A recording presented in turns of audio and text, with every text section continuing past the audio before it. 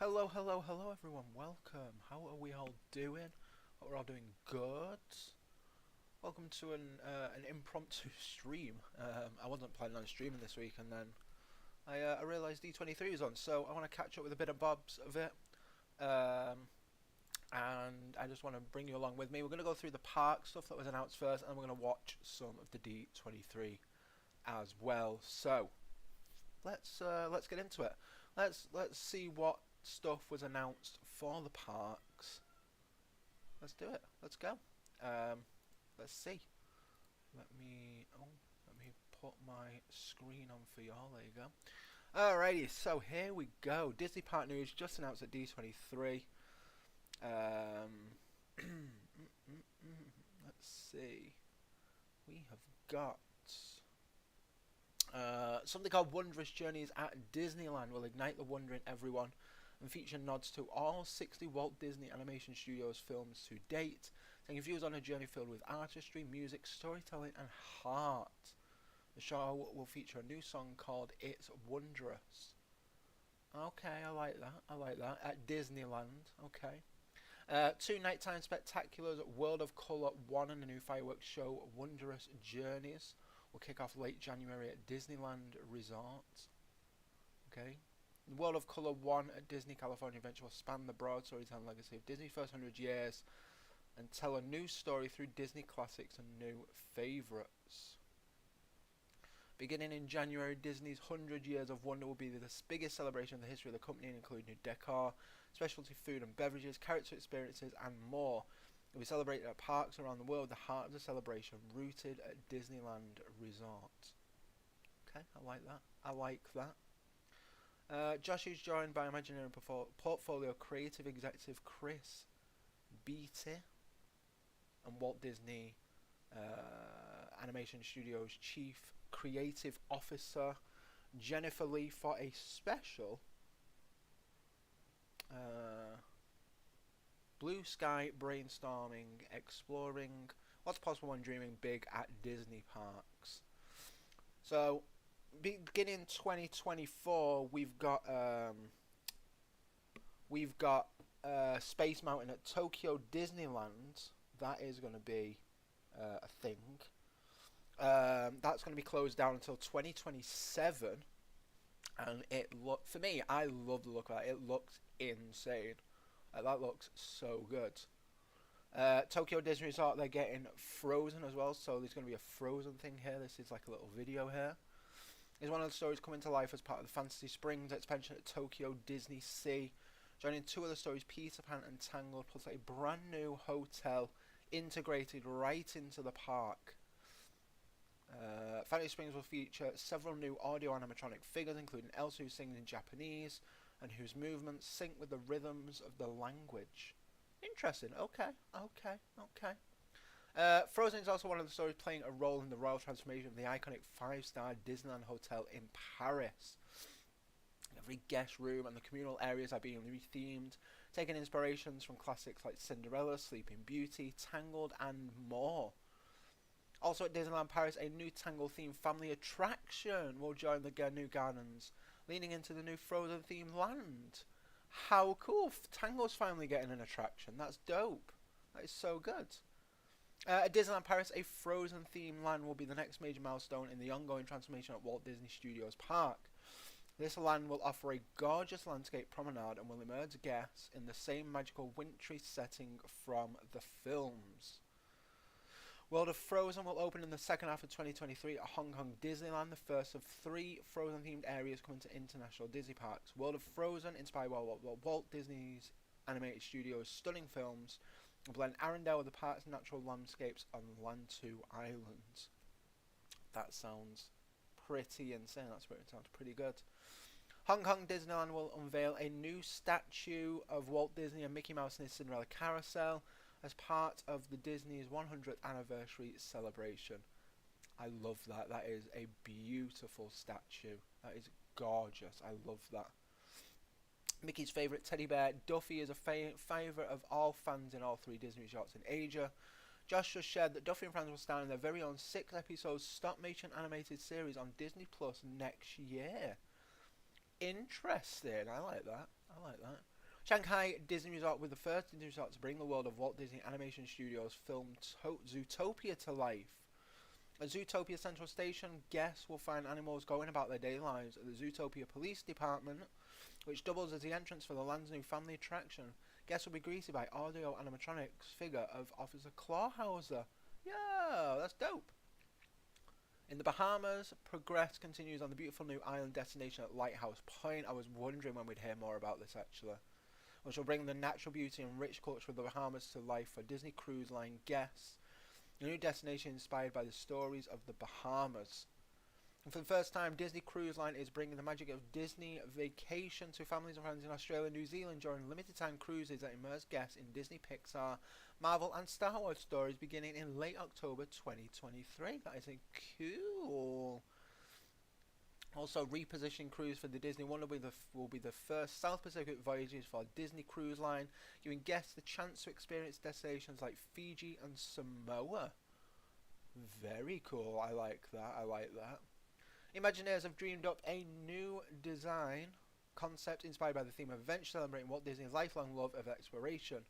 The Grand Hall is inspired by the grandeur and mystery of Gilded Palace, drawing on real-world influences from Asia and Africa, and paying homage to the far-off land of Agrabah. At the centre, the signature statue will feature Aladdin, Jasmine, and their magic carpet. Ooh, cool. The sixth ship in the Disney Cruise Line fleet, the Disney Treasure, will set sail in 2024. Tron. Oh, let's see. Okay, this has just been announced. Run will invite guests to enter the grid in spring 2023.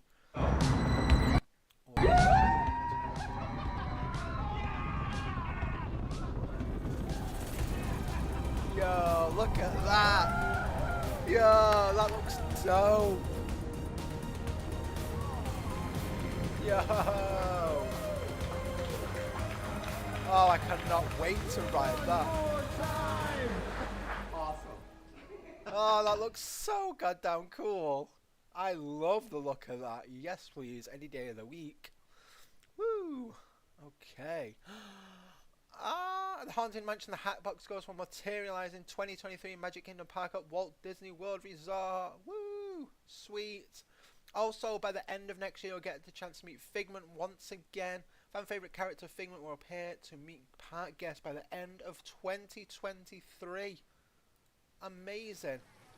Journey of Water, inspired by Moana, will open late 2023, inviting guests to follow the story of water on the planet, inspired by Moana's connection to the ocean. At Walt Disney World Resort, an all-new nighttime spectacular is planned for Epcot during Disney's 100th anniversary celebration. This new show will debut later next year, continuing the park's legacy of inspiring nighttime entertainment on World Showcase Lagoon. Also, the next major milestone in Epcot's multi-year transformation will include the completion of the World Celebration neighborhood in late 2023, featuring a new statue of Walt Disney called Walt the Dreamer. Let me see if I can find the picture of that.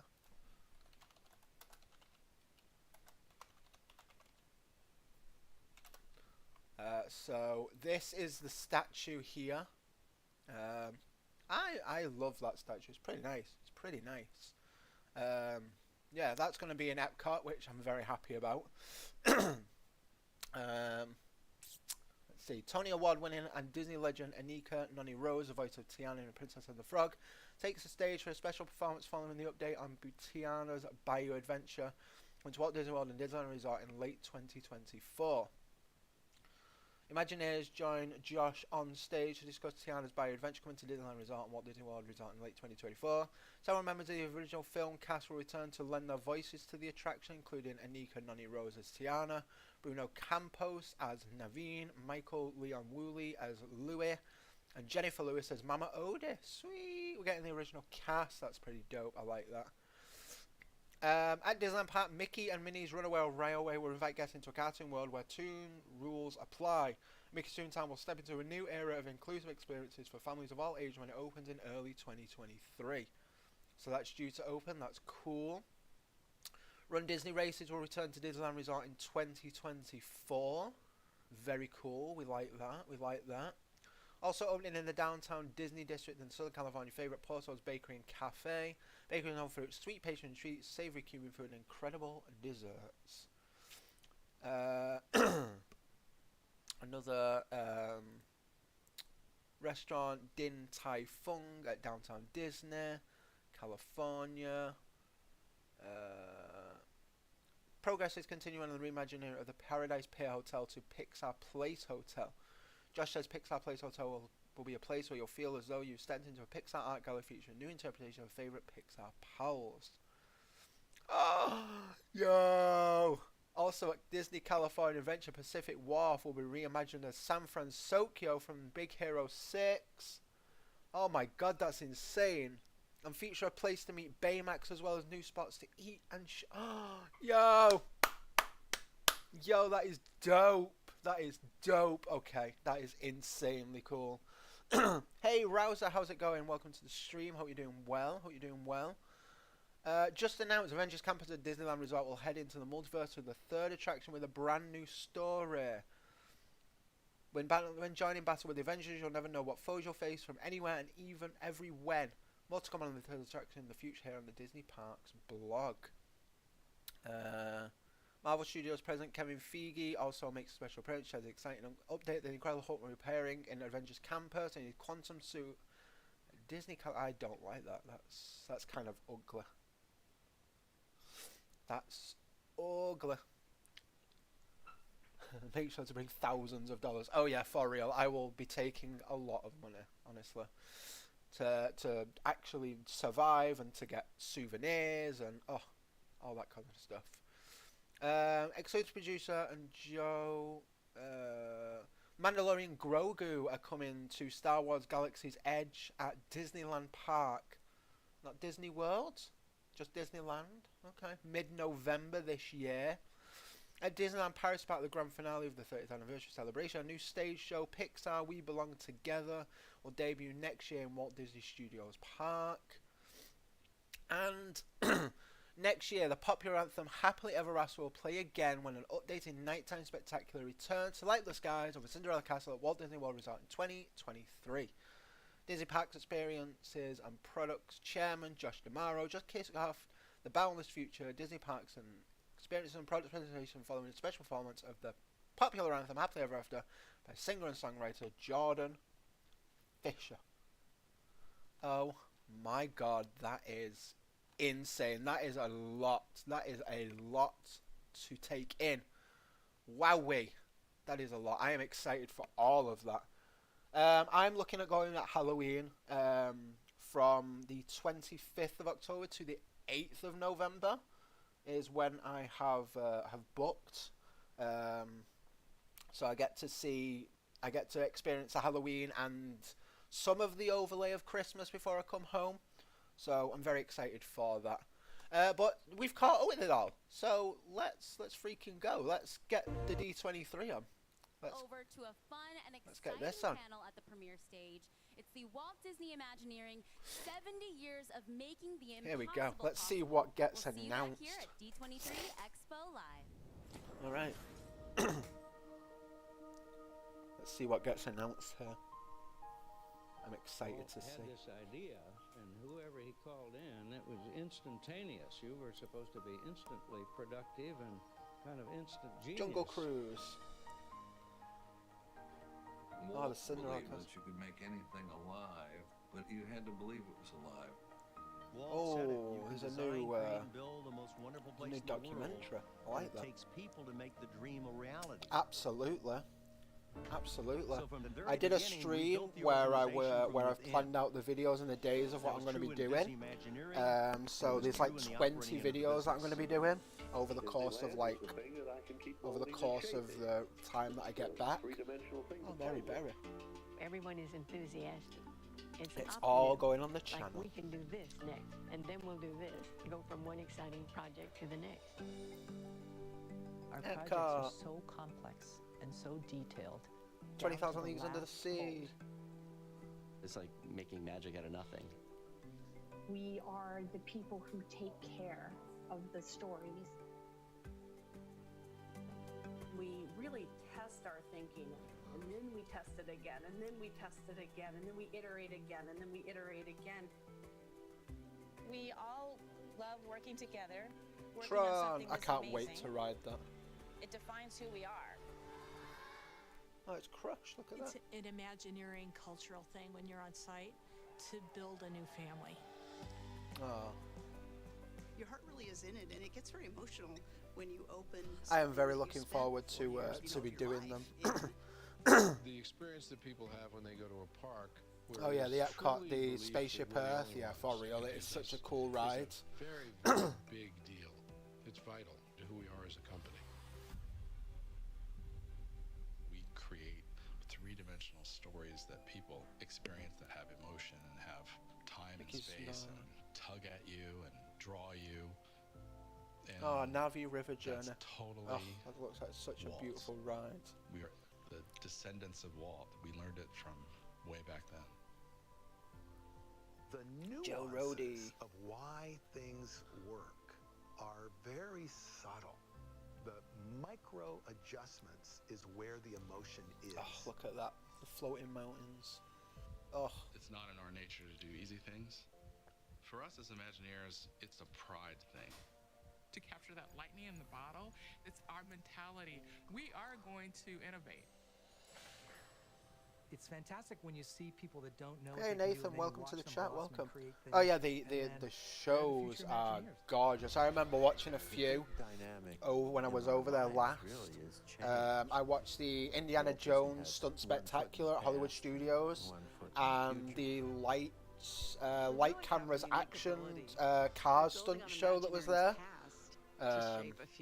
Man, Hollywood Studios changed so much since I've been. The whole, everything's just changed since I've been. It's been like 12 years since I've been. How did Disney do that? Oh, the Indiana Jones show is, mwah, chef's kiss. It's just beautiful. I'm hoping to go to D23 some year. Try not to get too emotional here, but boy, you know, it's just so touching. Just gives me chills. You are among the very first and very select few to see that video. Wasn't that special? It was. Thanks, Barbara. Thank you very much. That was gorgeous. Well, a lot of vloggers are there at the minute, so like all the big like Disney vloggers are there, which I'm super cool. I'd love to be part of that 1 year.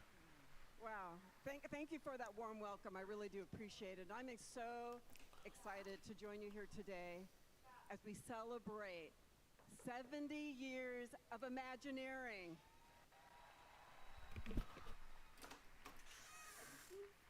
He's in here with me. You know, our rich legacy of immersive, experiential storytelling There's a cat in my room and everyone's wondering where he is. To become Imagineers. He's just chilling. And so many fans like you to want to learn even more. There's nothing like working alongside Imagineers from around the world who thrive on doing the impossible. So together, we share a spirit of optimism. Always looking to the future, looking to what's next. And this continues to inspire me, and I'm excited for you to 70 hear years more of Walt from our Disney Imagineering today. there. That's very cool. So, but before I hand it over, I want to take a moment on behalf of all Imagineers to thank you. Thank you. You know, Disney fans are special, but Imagineering fans are the next level. So come on, let's hear it. I love the Imagineers. It's honestly, it's such a cool. Must be such a cool job. Thank you so much, really, just think, right? Just think, like you can go to work and you say, "I've built Disneyland. I've built Disney World." You know what I mean? Like that's insane to say. To the most thrilling attractions, the spectaculars, and everything in between. It's crazy how cool this job would be. Our drive every single day, and we are so grateful for your support. With that, I want to introduce somebody I deeply admire. the director of both the amazing Disney Plus documentary, The Imagineering Story. I'm hoping everybody in this room has seen it. All right. I'm going to watch it for real. I'm going to watch that. And that tribute you just saw for the 70th anniversary you saw? You don't put that together? 𝓢𝓸𝓬𝓼 works. Yo. No way. So I'll introduce you. That's cool. 𝓢𝓸𝓬𝓼 works as descendant of Ub. I think it's his daughter. Leave it to you, Leslie. All right. Thank you. Thank you, Barbara. It is so honored to be introduced by such an amazing leader as yourself. Thank you, everybody. Insane. It is so great to be here. How does it feel to be at D23? Ooh, I wish I was there. I'm watching it at home. Well, I'm super honored to be back here celebrating WDI's 70th anniversary and moderating today's panel about 70 years of making the impossible possible. That video that we just made was just a small snippet, as you know, of the joy Imagineering has created over 7 years. Or 7 decades, I should say. 7 years, nothing. 7 decades. And the genius and innovation really is awe-inspiring, as we all know. Last time I was here was at the D23 Expo when I was unveiling the Imagineering story in November, right before on Disney Plus. Oh my gosh. That was a launch documentary though. That was, if honestly, if you've not seen it, I'd highly recommend it on Disney Plus if you have it. Oh, it's such a good documentary. But I was really happy with the response, and I want to thank all of you for that. But after documenting over 200 people, interviewing literally over 200 people over the span of 7 years, the hardest part for me and our team was the realization that there were so many stories left on the cutting room floor. And stories I know that we fans would all love to hear and know about. Let me just share my video my real collaborators, quick. 𝓢𝓸𝓬𝓲𝓪 and Bruce Steele and I got to work, and thanks to 𝓢𝓸𝓬𝓲𝓪 at Disney Editions, I'm thrilled to unveil this new 750-page biography of Walt Disney Imagineering, The Imagineering Story. No way. Yay. Chronicling the work of the thousands of Imagineers, past and present, who have had a hand in creating 12 theme parks and countless experiences around the world over 7 decades. It has been my honor to be the messenger of such history, including great stories from the legendary folks that you're about to hear on this panel today. I would also like to give a special shout out to the many Imagineers watching this live stream around the world, and to the late Marty Sklar's wife and daughter, Leah and Leslie Sklar, who are here with us today. Oh, beautiful. Oh, Marty Sklar's, man, he was, he's one of the big ones that helped Walt back in the day. So now I want to share how we plan to cover 70 years in 90 minutes. It's going to go fast. It's an impossible task, but Imagineering is known for creating the impossible, right? So what we decided to do is split our time into 2 panels. One focused on creative imagination. Oh, same documentaries, man. I could watch documentaries every day of the week, honestly. There's so many good ones on for being like a big Disney history buff like myself.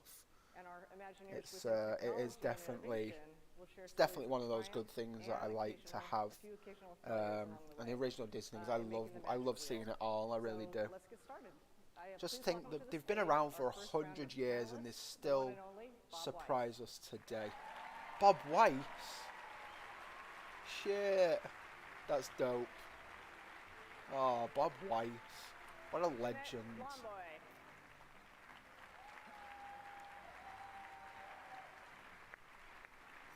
Thank you. Kim Irvine. Tim Irvine? Oh, Kim. Oh, okay. Her mother was Kim Irvine. Her mother was the original Madame Leota in Disneyland's California. Rita, good to see you. And the one and only Kevin Rafferty. Insane. Insane.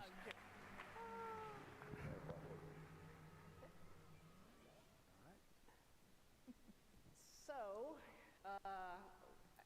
it's come to my attention that on this stage is 160 years of combined Imagineering experience. How does that feel? Wow. This is that's just Bob. No, Sam. Kevin. It's the panel of superstar Imagineers right here. So I'd love to start by asking you all just sort of your elevator pitch of what your career has been since you started at Disney up to now. Let's start with you, Kevin. Well, kind of the history of where we started to where it is now? Okay. Some of you know that I started in the dish room at Disneyland at the Plaza Inn right across the street. And after that, I transferred up to WED Enterprises, where I got a very entry-level position. But not too long, short after that, I was able to get into the creative division, and I became a show writer and ultimately a creative director. And I got to work on a lot of shows and help create and deliver a lot of attractions over the years. Got to work with, lots of Disney legends, Marty Sklar, and a lot of the people that actually founded, the Disney theme park business. It ultimately culminated into Cars Land and my last project with 𝓢𝓸𝓬𝓲𝓪𝓵 here, Mickey Minnie's Runaway Railway. And okay. The picture of the parking lot is there because when I was a kid working in the dish room, I used to go out with my fellow dishwashers and dream about some of the attractions we might do if we ever had the chance. Like, yeah, right, if we ever had the chance. I had the chance. It really happened. Your dreams can come true. And so that picture of the parking lot is where I used to park my car when I was a cast member. And then a few years later, that's exactly where the City Hall of Radiator Springs is in Cars Land. Wow. So that was very cool. I show that little red car because with 𝓢𝓸𝓬𝓲𝓪𝓵 and I put together Mickey Minnie's Runaway Railway. We created a little red car for Mickey and Minnie to drive, and it was real. I'm almost done. And I was very surprised that when I retired last year, they were going to have like a little Zoom party for me. I thought a couple of people would show up. There were hundreds of people on the Zoom. My doorbell rang, and lo and behold, I opened the door. Bob Weiss and some of my favorite friends and colleagues, family really, 𝓢𝓸𝓬𝓲𝓪𝓵 was there, and they set up an elaborate buffet on my driveway. And Bob presented me with this statue that's a replica of, is that beautiful? The little red car. Oh, that's Mickey cute. Inside of it. And I'll tell you, if my house was on fire, that would be the first thing I'd grab. The second thing would be my autographed copy of Leslie's book, The Imagineering Story. And then I would go in and grab my wife. I love you, honey. I'm just kidding, wherever you are. Okay. 𝓢𝓸. Okay, well, first of all, I just have to say, I love being an Imagineer. Get to work with so many incredible people, so much world-class talent. I have been with Walt Disney Imagineering for 25 years. Wow. That's insane. And the first 10 of those years, I was actually in finance. And I know a lot of you have heard me tell that story of how I went from finance to the last 15 years for which I've been in creative, where I have had the privilege of working in Blue Sky, working in creative development, managing a scenic illusion team, and now producing and getting attractions in front of all of you. So it's been an amazing, amazing career journey. That's insane. That is so cool. And Kim? Well, I started my career at Walt Disney Imagineering in 1970. We were working on Walt Disney World at that time. We were just about 6 months from opening. And I worked in the model shop. And at that time, the model shop did everything. You would be painting a tiki bird or feathering a tiki bird one day, painting a small Will doll the next day, Look, it's carving a tiki Pinocchio. pole the next day. And it was so wonderful to work with all the original Imagineers. When we finished that, I went on to start working on color and its application to architecture with John Hench, who was my mentor. And we worked very much on new color schemes for Disneyland at that time. Disneyland was already about 15, 20 years old. And he really wanted to update some of the color schemes in Old Fantasyland and on Main Street. So as we were working on concentrating on Disneyland, 𝓢𝓸𝓬𝓲𝓪𝓵, who you see in that picture, is also a dear mentor. And he began to worry about Disneyland not getting the care and feeding that it had been given when it was the only child. We were working on Epcot, we had Tokyo, and we had Paris in the wings, and Imagineering is really starting to, broaden their horizons. So he decided to put together a team of people that would concentrate just on that firstborn. And have them work down at Disneyland, all on Disneyland projects to make sure that we kept, refreshing things and renewing things and looking how to keep Disneyland exciting. So it was just myself as the show designer, Paula Dinkle was our lighting designer, Tom Leduc was our special effects designer, and we had the late Kirk Winterroth as a coordinator. And that was back in like 1975, and so today we're a big team doing exactly the same thing, but we have about 40 Imagineers on site just taking care of our Disneyland. Wow. It's mad. 40, just for one park. It doesn't sound like a lot, but I feel like that is a lot. And Jeanette? I'm just pinching myself up here, and I think if I think about my career in Imagineering, it started well before I even became an Imagineer. I was that child who grew up 10 minutes away from Disneyland, and Disneyland was the extension of my backyard, and I knew I wanted to work the rides when I was like 5. I wanted to be a storybook land canal ride operator. That's what I knew I wanted to be. Don't know why, right? And you can see from the photos I became one, right? But before that, in high school, I realized, wait, there's more than just operating the rides. Like, there are people that design them, right? And so I single-handedly made every single decision in my life from that point forward, where I was going to go to college, what I was going to do, based on the fact that I was going to become an Imagineer. And I sit here and I'm amazed because Kim Irvine was one of the first Imagineers I was acquainted with when she redid Fantasyland decades ago. I'm pitching myself because I'm on this stage with so many amazing Imagineers. I'm here because Bob Weiss was my first boss. I was his intern on Disney's America, right? So, but I want to tell a little story because for any of you who knew me in high school, you know I was obsessed with Imagineering. And let's just say my prom was coming, and I was really excited about going to prom, but I was in an animation program, and unfortunately there was an animation open house on the same night as my prom. Oh, no. And the two special guests that day were Frank Thomas and Ollie Johnson. Wow. And my boyfriend says, wait a second, you want to miss the prom to meet these two old men? And I said, yes, I do. I do. They're so responsible for everything.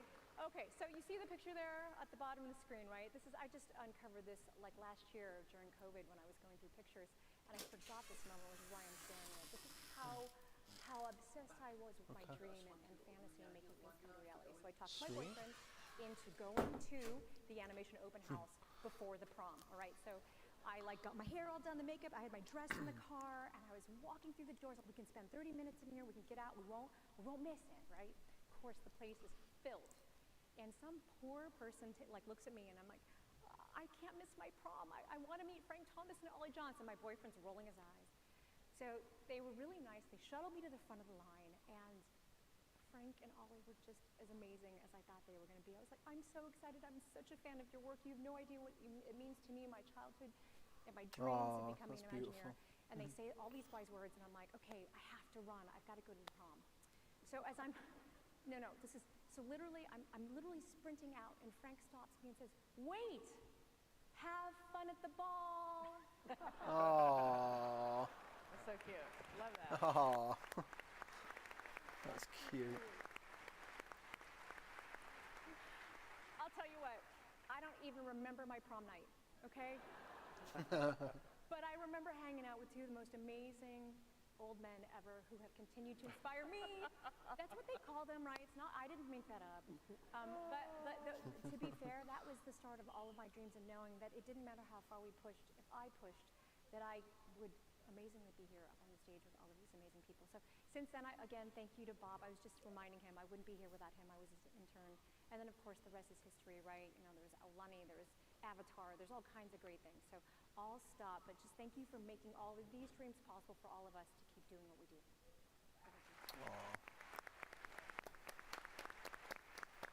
That's insanely cool. All What right, cool Bob, stories.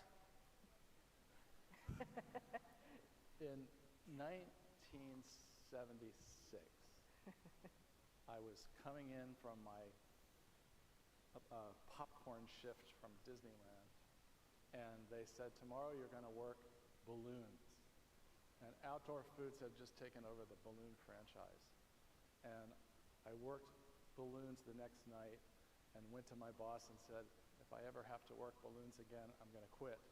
And it's just too stressful for me. I can't do it. And he said, then you'll have to quit. And I did. And that could have been a very short elevator pitch, the shortest in this group.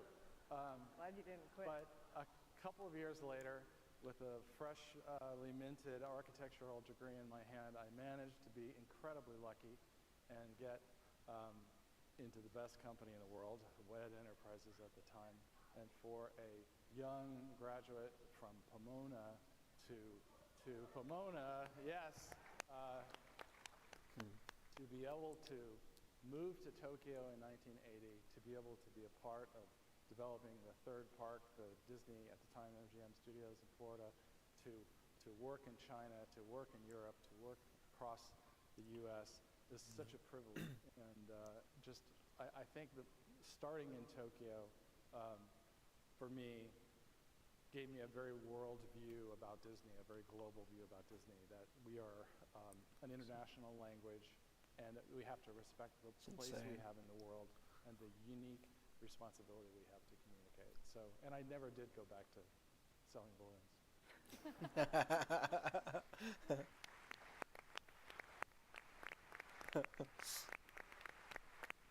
Why not? So, Bob, you've gone from balloons to now Global Imagineering Ambassador, and you lead many, many people around the world as Imagineers. What creative lessons have you learned from those Imagineers from when you started? What are some of the creative lessons you've learned?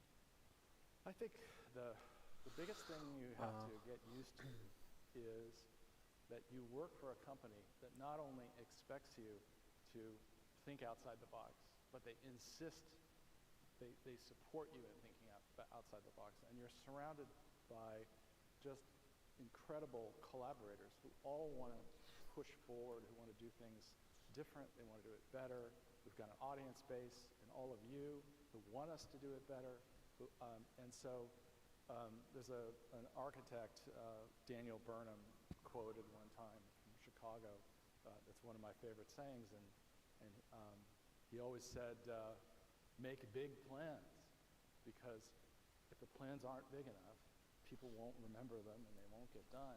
And I think for all of us who have lived through COVID and many other challenges in our careers, our long careers, I think you'd agree that these things wouldn't have gotten done. Some of these great things that we all worked on or that our predecessors worked on simply wouldn't have done if they thought small. And we're not in the business of very true. small. Very true. Go big or go home, right? Go big or go home. Absolutely. Well, Kim and Kevin, I want to ask you, what have been some of the creative lessons you've learned from the earliest Imagineers that you got a chance to work with? Kevin, you want to go first? Okay, when I started, a lot of the people who designed and developed Disneyland were still there. You know, Herbie Ryman and Claude Coates and Mark Davis and Exitencio, they were all there. And so I was a kid when I started, and part of my job was to dry mount and cut mats for their original concept designs and all that. So what I didn't know at the time was, I worked in a group called Special Services. It was right in the middle of the building, next to the model shop, and it ended up being a gathering place because all of the original people, it was about 22, 23 years later after Disneyland opened, they were all getting really good at this thing called Imagineering. And so what I soaked in like a sponge was all of them coming in, having me, mount and mat their concepts and artwork, and then telling me about it. I was like the first guy that got to hear about these concepts. And then, as I mentioned, it was a gathering place, and they'd all come in and they'd banter around their ideas, and they'd talk about it, and they'd critique each other, which still happens in the Imagineering culture today. And to answer your question, I think what I learned from them that I carried with me, was a solid foundation I carried with me through all the years of my career, was showmanship and the brevity of showmanship. In other words, some attractions only last for 5 minutes. And they became masters at setting the stage, and the quick read. As an audience member, as a guest, you're able to understand what's going on in the scene right away. It was kind of a distillation of storytelling in a very short amount of time. And the other thing is they were all so passionate and so excited about what they did. And here I am, like I said, I just started, I'm just a kid, and Herbie Ryman's telling me, yes, and then this thing is over here, and they're telling me, just me, about all this kind of stuff. And so I did that for a while. That must have been such a cool job. I have to say that the thing I learned from them was not only hearing all the concept arts for all the rides, the appreciation for what they did and who they did it for, the guests, but that they were all about showmanship, about creating the best kind of entertainment they possibly could for the amount of time that they had that the attraction allowed. And it was the best school in town. And today I am so honored and privileged to be able to have had that time with the founding fathers and mothers of Imagineering, Harriet Burns and Maggie Elliott in the model shop, and they were all there in that space with us. And I was just like a little fly on the wall, just soaking it all in. So I could talk for hours about what I learned from them, but I would have to say, what you all enjoy when you go to the parks is that spirit of showmanship. Harriet Burns, boy, was she something, huh? Kim, you worked with Harriet? Well, my story is much the same, working in the model shop. The model shop was such an interesting place. It was like Walt's workshop of, like his toy shop where everything was created. And all the original Imagineers that you see there on the screen right now, they didn't stay up in their offices. They worked down in the model shop with us because they loved to see their designs turn into 3D models. We would sit at these big, long tables and they'd sit there and draw with us and talk with us and tell us all of these stories about how Disneyland was created, how their work was done, the inspiration that Walt would give them. And then later, after I worked on Disneyland, John Hench would come down every month, once a month. He never failed. Even when he stopped driving, we'd have a driver bring him down. And we'd walk through the park and talk about why things were the way they were, where this window came from Adams Street, tearing down houses to put in the freeway. These rotisseries came from an old restaurant in New Orleans that they put into Plaza Inn. The light poles were from a shop in Paris where they bought one light pole and then recreated all the rest of them for going down Main Street. Just amazing stories that he would share about the creation of Disneyland. And the same with Bill Evans. And, so many of those people would come to Disneyland and tell the stories of where that tree came from. That's a piece of the bow tree that Siddhartha sat under when he was blessed. I mean, it's just, and so now when I walk through the park, it's all that tribal knowledge that we gained from those original Imagineers that I feel so grateful. And when John would come down, after we'd spend 2 or 3 hours in the park, we'd go ride Space Mountain twice, because it's his favorite ride in the world, and then we'd go shaky leg back to Carnation and get an ice cream sundae every month. So now, at the last few years of my career, I really, really spend a lot of time with our young Imagineers out in the park, trying to share all that tribal knowledge with them. Because I can't help but, every time I walk through the park, I hear those voices. Everywhere I look, I hear these stories that they would tell me, and I want to pass those on. Yay.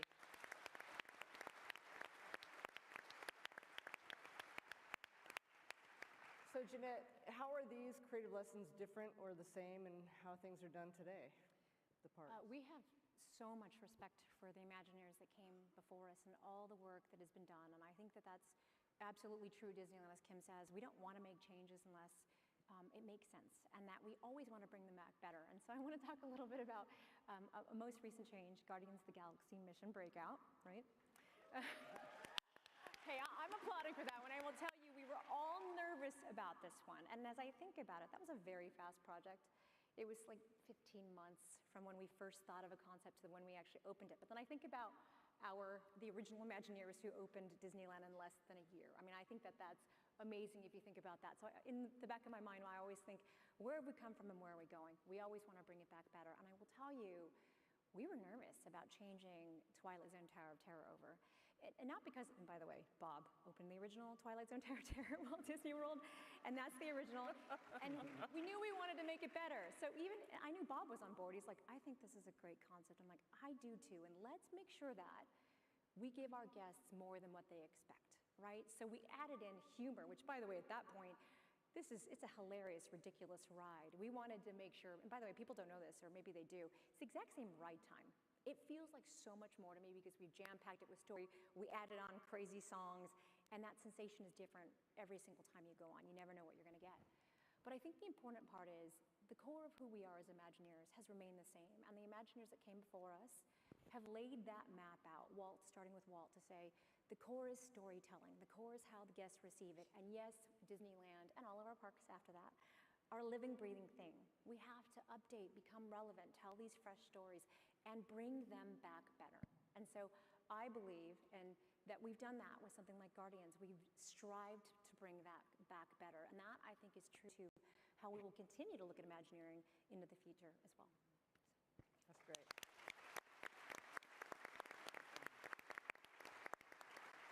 Well, 𝓢𝓸, you said you started as an accountant. Yeah. How does creativity work its way through all creative disciplines? Yes, well, I did start out in accounting and had this opportunity to Okay, transition sorry, I to had creative. to. And the thing about it is, at Imagineering, I think we have like over 140 disciplines or something like that. And everybody is creative and has creativity because our focus is innovation. And innovation requires you to be creative, regardless of whether you're on the team that is doing the ideation, or coming up with a concept, or whether you are building or in production or designing or one of the controlling team members. Everybody has an opportunity to innovate. So there's creativity throughout the organization. Yeah. Well, I'm excited for Tiana's Bayou adventure. Oh, Who else is excited same, about that? same. Yes, please. I'm looking forward to that. It seems like whenever you're tackling a first at Imagineering, you're on to your next first. Tell us more about this. Okay, yeah, I've had the privilege of doing quite a few firsts at Imagineering, and once again, I think when innovation is your focus, there's a lot of opportunities to do that. So I'll take you all the way back to 2009 for the very first D23 Expo. Yay, a couple people who were there. That was actually one of my first producer roles. And then to have the privilege to do the very first Mickey and Minnie ride attraction for our company with Kevin Rafferty is just something that, it was just one of the highlights of my career. It was really, really a great, great experience. Aww. And to be honest with all of you, after having that experience, and as you can imagine, working every day with Kevin Rafferty, I felt like I was in a master class every day. I learned so much from him. And we just had such an amazing team, and it was so much fun bringing that attraction to life. And I really kind of thought after it was over, wow, what's next for me at Imagineering? What could possibly top that, right? And then I got the call from Bob Weiss to tell me that we were going to have an opportunity to bring Tiana to both Magic Kingdom and Disneyland, and he wanted me to be the producer of that attraction. And I was like, okay, that's what's next. So I am so excited that we're having an opportunity to give Princess Tiana a dimensional space at both of the parks. Many of you fell in love with her as a part of the animated films, and so we are really excited to Tiana is my give her an favorite. opportunity to be reacquainted with her, but also to bring her to a number of new generations. It's just really exciting. And, she is our first African-American princess, and I think, yeah.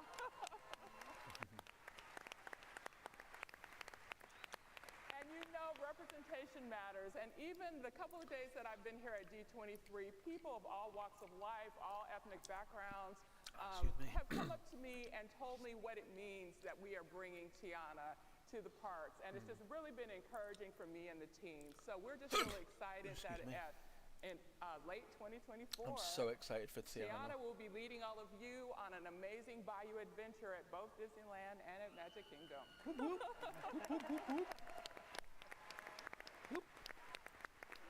I am hoping to be at Disneyland in 2024, so Yeah, it is. we shall see.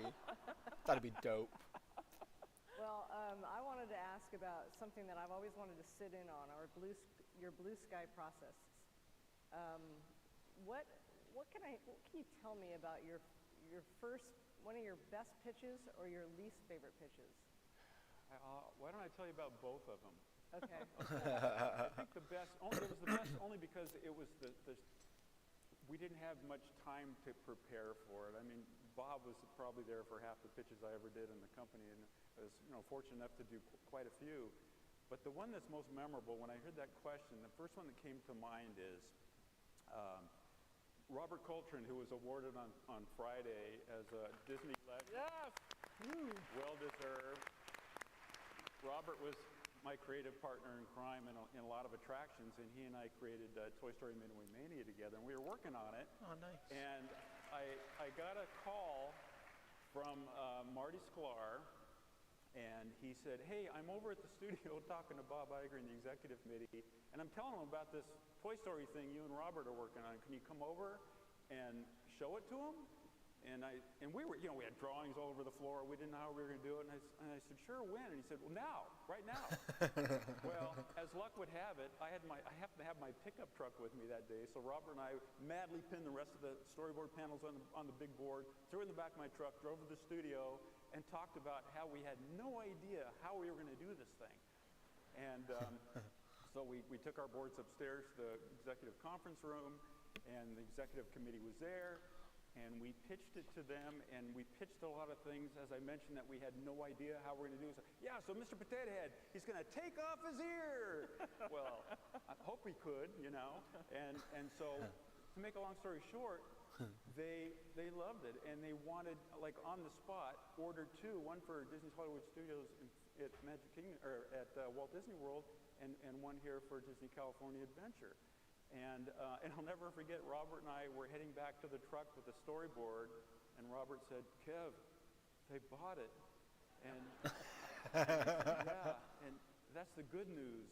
But the bad news is, and we both said it at the same time, they bought it. Now we have to figure out how to do it. So I think that's one of the most memorable pitches because it happened so quickly, and they greenlit it so quickly, and then we had to figure out how to do it. I think the pitch, I don't know if this was the worst pitch I ever did because it never happened. As many of you know, as these folks especially know, we don't usually work as Imagineers. We don't usually work on projects, just one project at a time. That's a very rare thing. We have a lot of plates spinning in different phases of development, a lot of stuff going on. Oh, man. And could imagine it being so busy. I was happened to be at Walt Disney World finishing a project, and I was running out of time. We were going to have an opening day, and again, Marty Sklar called me. He always called me, and he said, "Are you going to the pitch?" I forgot exactly what I was pitching, but he said, "Are you going to the pitch on Tuesday to Michael Eisner and Bob Wells? Bob Iger?" And I said, "I don't think I can make it, Marty. I have to stay here and finish this. We have a deadline." He says, "So you're not going to you're not going to pitch this to Bob Iger and Michael Eisner?" I said, "No, I don't think I can make it."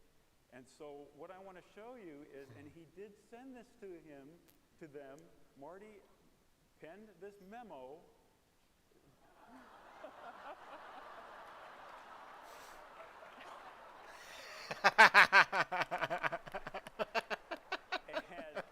and I know they received it because the next time I saw Bob Iger, he said, "Kev, sorry we missed you last week."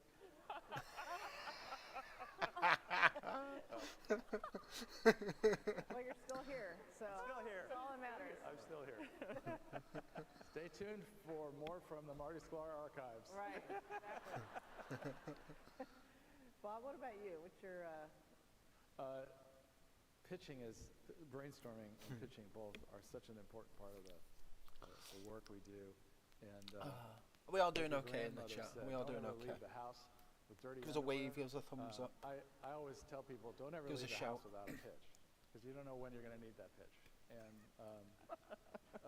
and you have to have it has to be 5 seconds, so that you have to have a 10-minute one or a 1-minute one. You have to have them at all different sizes. But Frank Wells and I made, I think, 5 trips to Tokyo to try to convince Oriental Land Company to do a version of the studio tour, which we had been successful with in Florida, to do that next door to Tokyo Disneyland. And the reason that we made 5 trips was because it was a terrible idea. And we kept redoing the pitch, and some things just don't sell. And in the case of Oriental Land Company and Mr. Kagami that some of you saw earlier, they were just too polite to tell us they didn't like the idea. and eventually, we're going back, and I told Frank, they don't like this idea, Frank. They said, oh yeah, they love it. Next pitch, they're gonna, I'm like, you don't even do another pitch. They don't like it. And he finally had a side meeting with Kagami-san, and Kagami said, and he said, I think you guys like this. What do you think? And Kagami said, no, we don't like it. So I knew that I knew that our team had a meeting with Frank Wells, maybe only Frank and Michael, maybe only 4 or 5 days later. And I said, let's just come up with a new idea in 5 days. And we know we have them on Thursday, let's just have a new idea.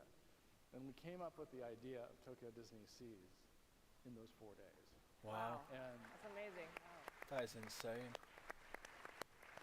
As difficult as that sounds, it's really about, and I'm sure that everybody here has experienced this, as difficult as it sounds, sometimes it's just the moment and the timeliness of it, and the synapses come together, or the technology comes together, and you have it.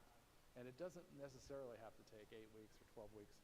It could be in the shower and it suddenly comes out. But it also has to land at the right time, at an opportune time. Well, good advice for all of us pitching new ideas, right? Wow. That's insane. I just want to check. Our time is what? The red one? How much do we have? How much more time do we have on this panel? I think kind of confusing. Well, they'll give us the boot when we need to wrap up. This panel is awesome.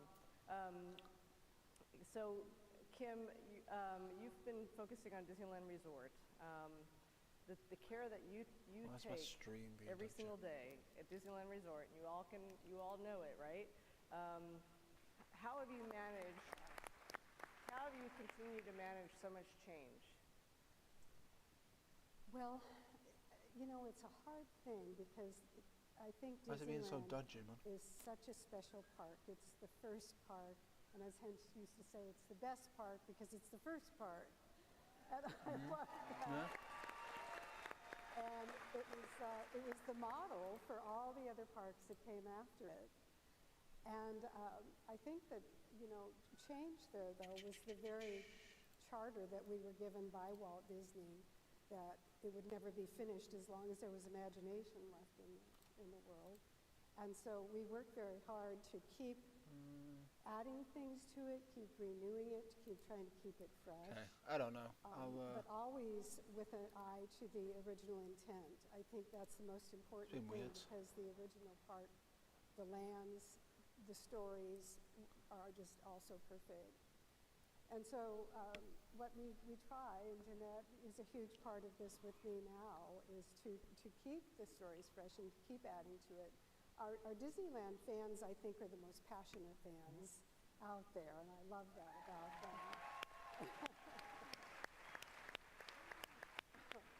And I always tell our Imagineers that work down there, this is their park. We just take care of it for them, really. We're the caretakers. And so we listen very carefully to what the guests are saying. And that is, by the way, another reason why we are down there in the park, because we are out there every day. Our office is right there.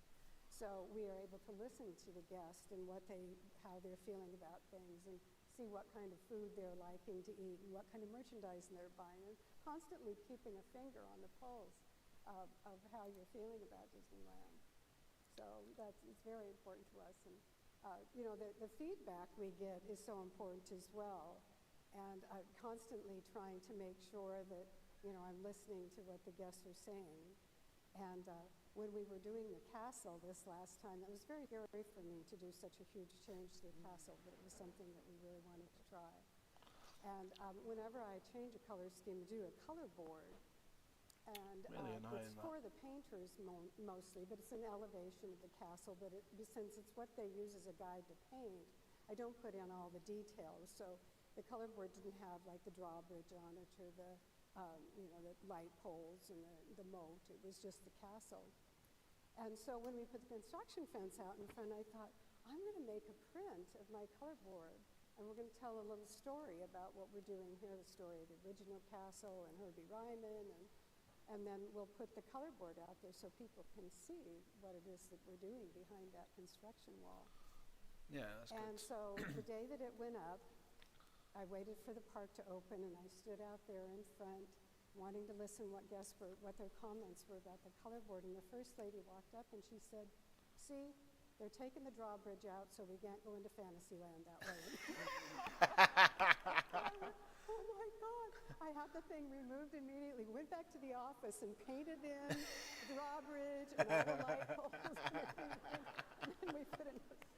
We do listen constantly, and I really appreciate the feedback that we get.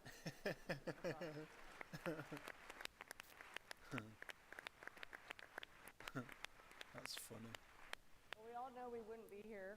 We all wouldn't be here without the guests. And I wanted to know just how the guests have impacted your jobs or any of the projects that you've actually worked on. You want to start, 𝓢𝓸𝓬𝓲𝓪? Sure. Well, the guests are our reason why. They are absolutely everything. And I know, like I said, working with Kevin, we've had conversations about when we're crafting an experience, we always have to keep the guests in the forefront of our thinking so that we can ensure that it will be an experience that they will really enjoy. But I have to say, as an Imagineer, one of my favorite parts of the process is after we have done an attraction, whether it's a soft opening or whether it's just opening it up for the first time to the guests at large, love to just hang out at the exit. Just checking what was on after this. It doesn't seem like there's much to be fair. To what we do. And I have to tell you, there's no better feeling than to hear it's how, the world, the next generation of National Geographic. I'm not really fussed about that. Their life's blood into to bring to our guests, to have them, experience it and really enjoy it. And I remember one story that was just really kind of dear to me because, I've worked a lot in the innovation space and scenic illusions and that type of thing. And I remember standing at the door of an attraction that had opened up. I'll probably just watch this and call it a video, call it a stream. 14-year-old daughter. And they were talking about something they had seen in the attraction. And the daughter was asking the dad, how in the world did they do that? So the dad was giving his best explanation of what he thought and how we had done that. And his 14-year-old daughter was shooting holes in everything that he said, right? And so finally he just gave up and he said, honey, it's just magic. And as an Imagineer and an illusionist, that really, really let me know that we had done our job. That's awesome. Kim, what are your thoughts on that? I'm sorry? What are your thoughts? Guests, how the guests have impacted your work? I'm sorry, I can't hear you. How the guests have impacted the projects you've worked on, how the guests have impacted your work. Influence of the guests. Well, the guest reaction to our work? Yeah, just how they have changed some iteration of something you've done, perhaps. I'm sorry, I still can't hear you, Leslie. We have a hard time hearing each other up here. It's like a big echo chamber. And she's just, how have the guests affected your work or impacted your work? Oh, well, the guests affect my work every day, again, by just getting feedback and listening and making sure that we are, accomplishing what you're looking for. And I think that, with a Disneyland park that was built for such a small crowd, really, and the way that our crowds have grown, we're doing a lot of, expansion and growing in ways that we're trying to make invisible to the guest. And I love to hear them say, I know I have more room to walk here, but I don't know why, because all the trees are still here, all the planters are here, everything feels and looks the same. And to me, that's extremely satisfying to know that we can accomplish growth without changing the feeling of the park.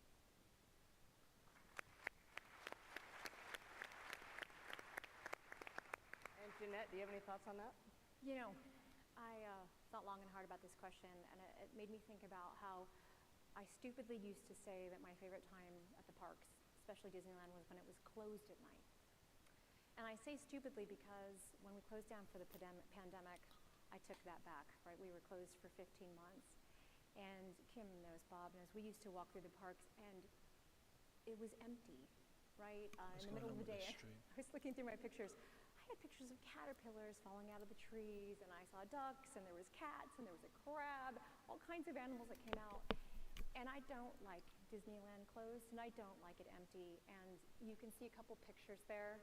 Okay, how many of you were there? Because I know some of you were on the day we reopened. Anyone there? Okay, you all know exactly what it meant as a guest when you were back in our parks that day. It wasn't just a theme park. It wasn't just a Disneyland day. It wasn't just about being there. It meant more. It was your memories. It was about having a place to be again, to believe in again, to dream, to feel, to experience, right? That's why we do it. So I will tell you there was not a dry eye in the house. Barbara was with me that morning. I am crying in this picture because that is the very first Disneyland attraction that operated that morning, which was a Main Street vehicle. And cast members lined Main Street and applauded as our guests walked down Main Street. And I will tell you, I never, ever want to see Disneyland closed again because that's why we do it. It's nothing. It is a skeleton without the heartbeat, and that heartbeat is all of you. Aww, that's beautiful, man.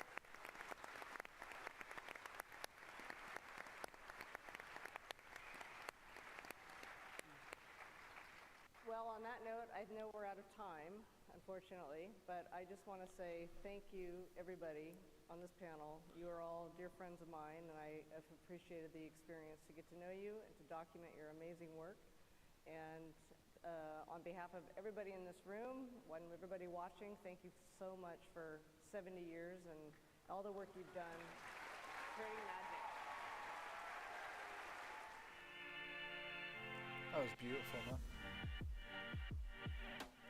Visa's played a massive role in what's happening in the digital renaissance right now.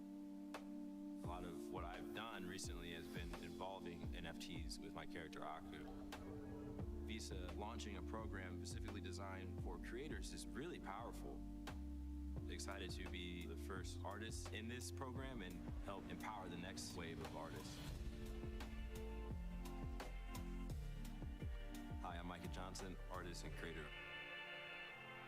Sweet.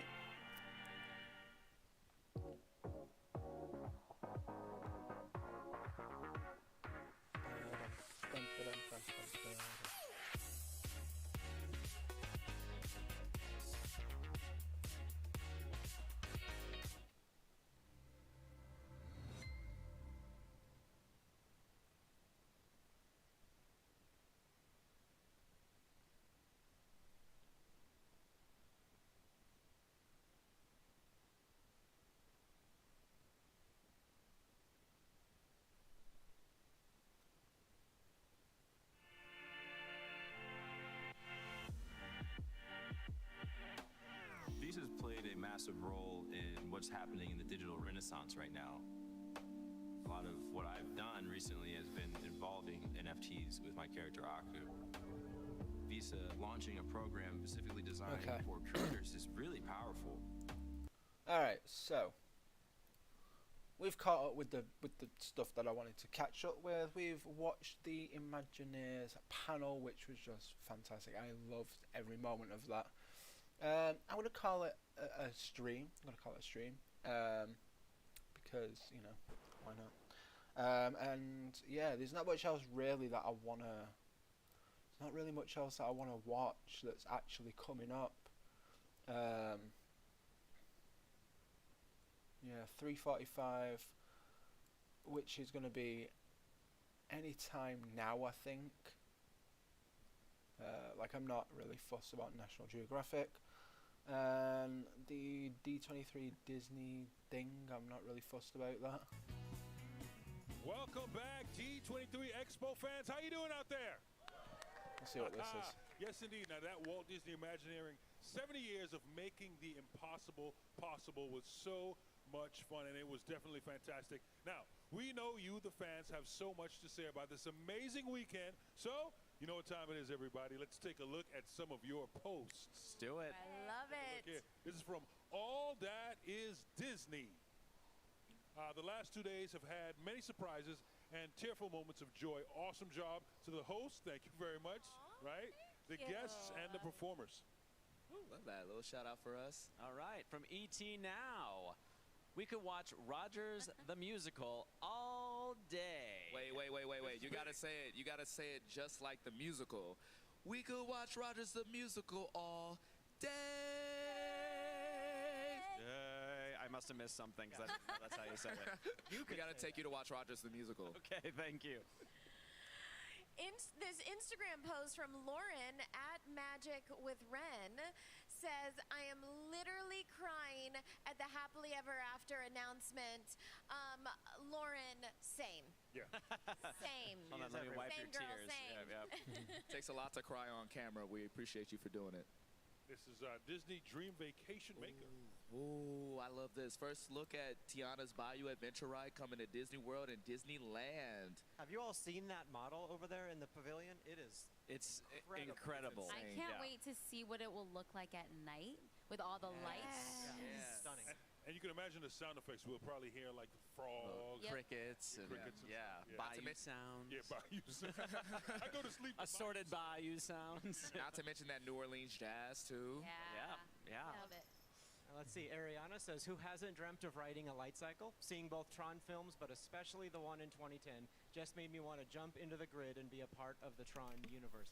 Tron universe. Speaking of Tron, someone's got some Tron on him right now. Yeah, I just came back from the Tron panel, and we talked a lot about light cycles and just like the whole world of it, and I had to purchase this little hat, you know. That lights up and everything. Lights up and I'm a everything. little jealous of your D23 fashion game right now. It's like you and Ashley are what's like going kicking it on? up every single time.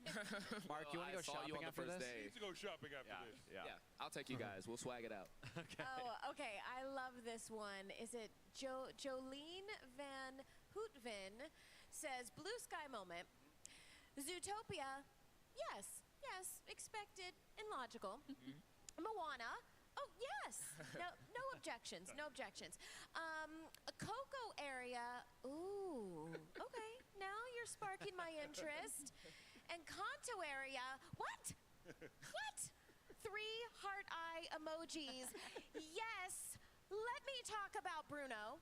Let's talk about Bruno. And then villains area? Heck yes. Okay, 5 heart eye emojis. That was, I agree, Joe. Guests are loving the villains area. Everyone's loving Audience the villains response. area. I love that. You also just turned that post into like a one-act play. I like that. You can come see it Friday nights. End scene. There you go. That was So good. many Well, emotional parts. You know what I want to post about right now? I'd like to post about my recent visit to the floor. We had some fun things happening, a trip to the floor where I tested Disney fans on their knowledge about a galaxy far, far away. That's right. It's time for X Pop Quiz. Let's take a look.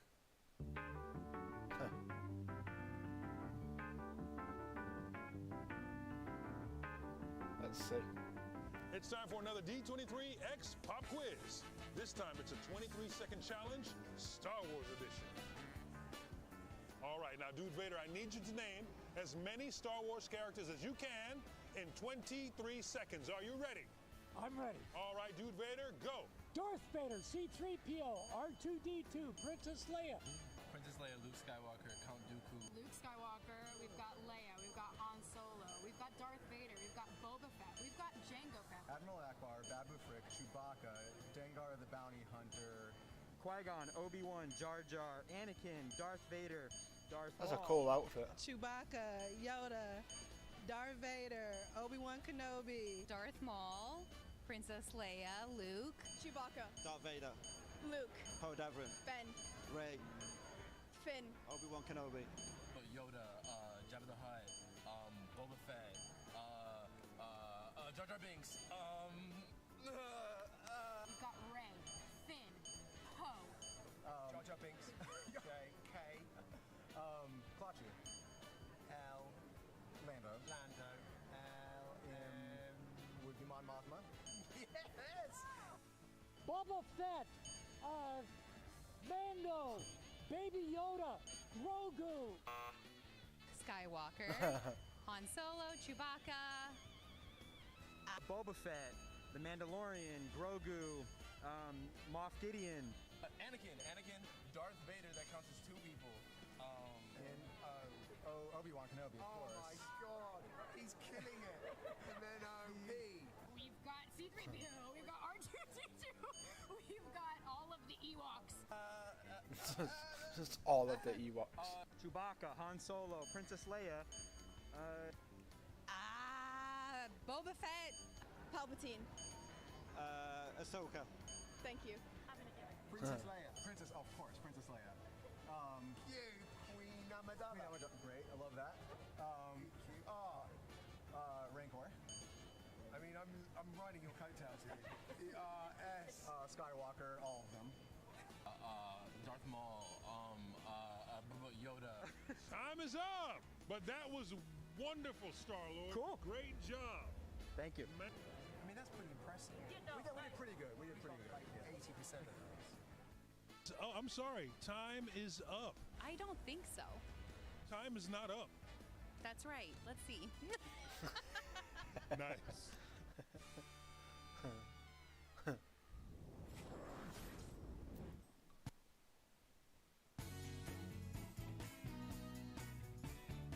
Oh, look at the floor.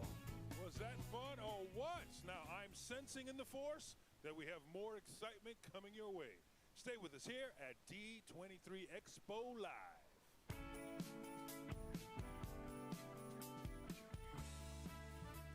All right, you wear them, you collect them, and you love them.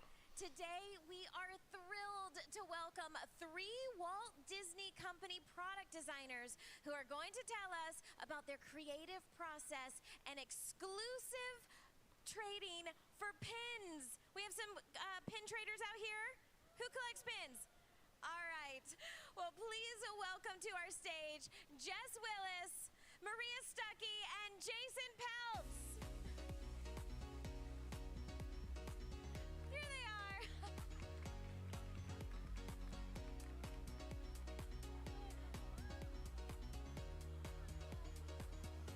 Okay, this is exciting for me because I have personally worked with this team to design some pins. So, Okay.